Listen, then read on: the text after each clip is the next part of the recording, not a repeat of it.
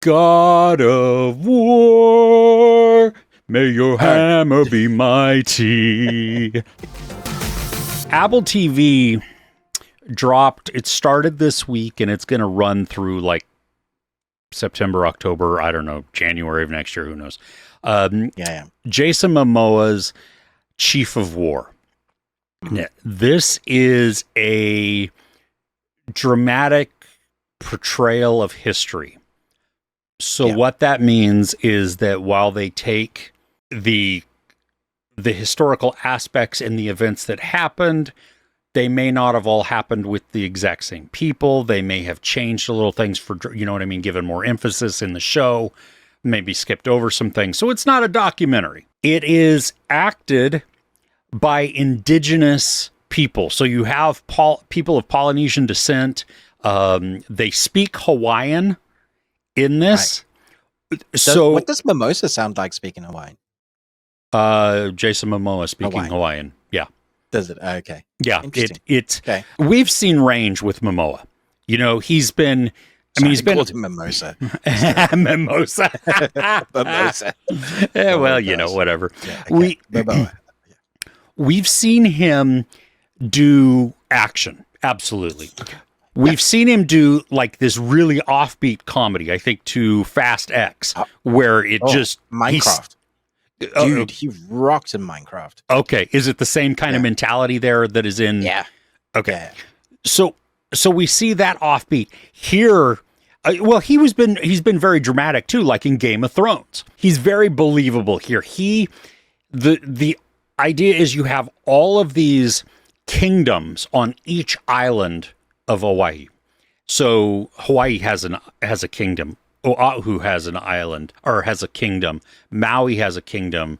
Kauai, I'm trying to pronounce it the way they pronounce it versus how we have in America, how we just, exactly. So there's all these kingdoms, and what happens is they war just constantly. There's a prophecy, though, that at some point a king will arise who will unite the islands. And this goes through generations. I mean, it's passed down. Nothing ever happens. So some people still believe it. Some people are like, no. And so you have some kingdoms who become very power hungry. And like you have Temuera Morrison, Boba Fett, you know, in this. He plays one of the kings. Awesome. Jason Momoa is Temuera Morrison's Chief of War. Or was. And that's part of the story that was in there. So this tells the progression of the islanders themselves, the conflict, the family growth, the pride, the heritage, all of these things and how they function. Then it also brings in, eventually, the encroachment and the invasion of white, basically pirates. I mean, they're not, but that's what they become because they're, you know, they attack, they bring disease, they bring all these things. This is not action heavy. When there's action, it is brutal because these kingdoms, they don't have guns. That's the white men bring guns. They have like these wooden weapons that are embedded with either coral or shells or shark's teeth. And then they have these giant spears that are just absolutely smooth, but like, I mean, inch and a half, 2 inches in diameter and probably 8 feet tall. And that's what they said. When you get hit properly with a spear, it doesn't just hit you. There is so much force behind it that it lifts you off your feet and throws you backwards as it's penetrating your body. So we get to see this. This also does not relegate the women to subservient roles.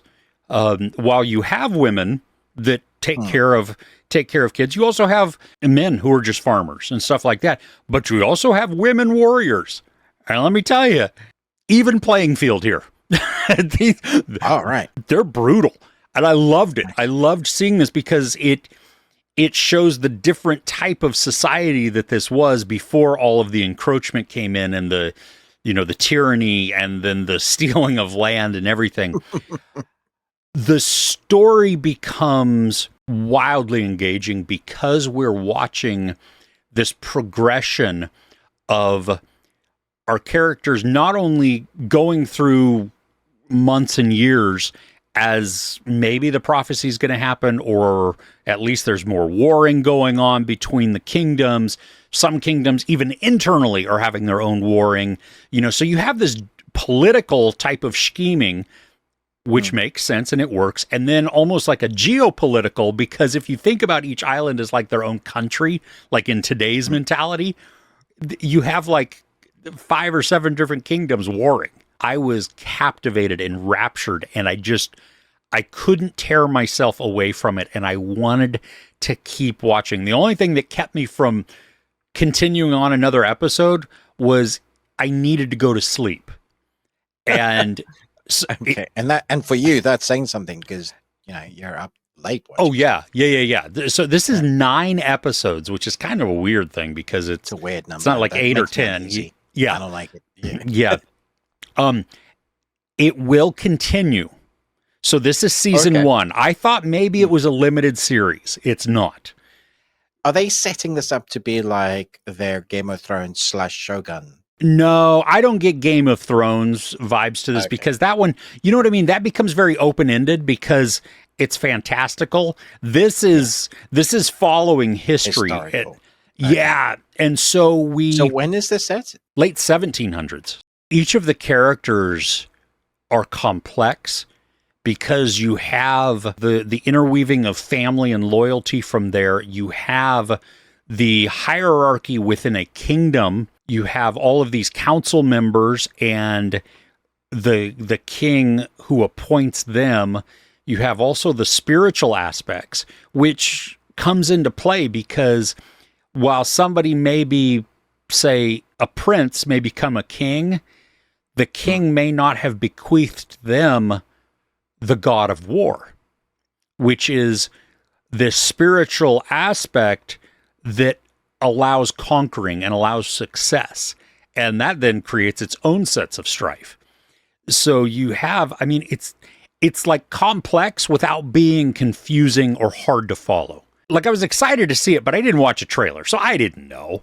And going into this, it's whoa. The weirdest thing I think is probably the final episode and the ending of the final episode. It takes like this turn, and some of it could be maybe the graphics aren't totally done yet. Okay, because I'm watching a screening version. Maybe they're not totally finished yet, and so there's going to be some more. We get that off sometimes, yeah. Yeah, because the rest of the series, it looks beautiful. The cinematography is stunning.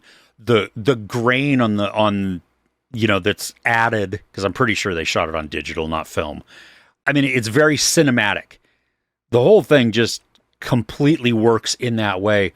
But this ending episode, like all of a sudden, you have way more sex, nudity. It felt like this final episode, the ending of the final episode felt like a Game of Thrones episode, which was weird because you didn't have that throughout the rest of the series. It doesn't shy away from, relations.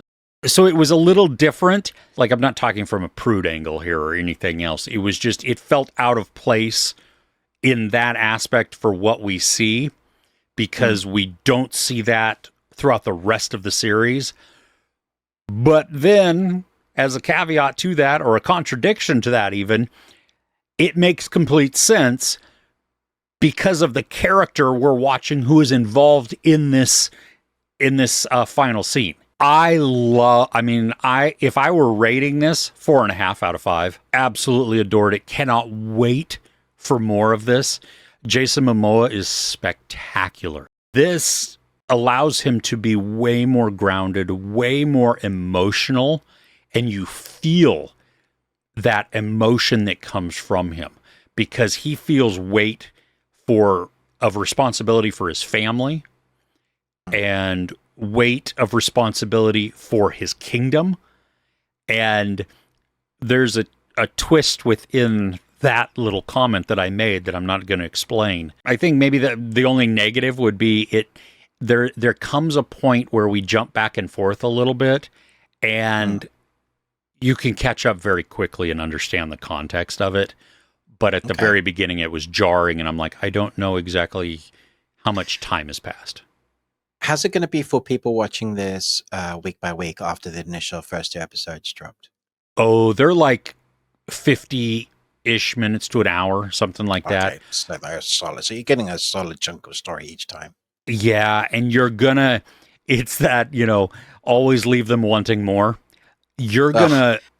Yeah. Cliffhanger episodes. Not all of them, but definitely some have absolute cliffhangers, and then others it's just like you're so engrossed in the storytelling and what the plot arc is doing at this moment that you want to know, you need to know what's happening next.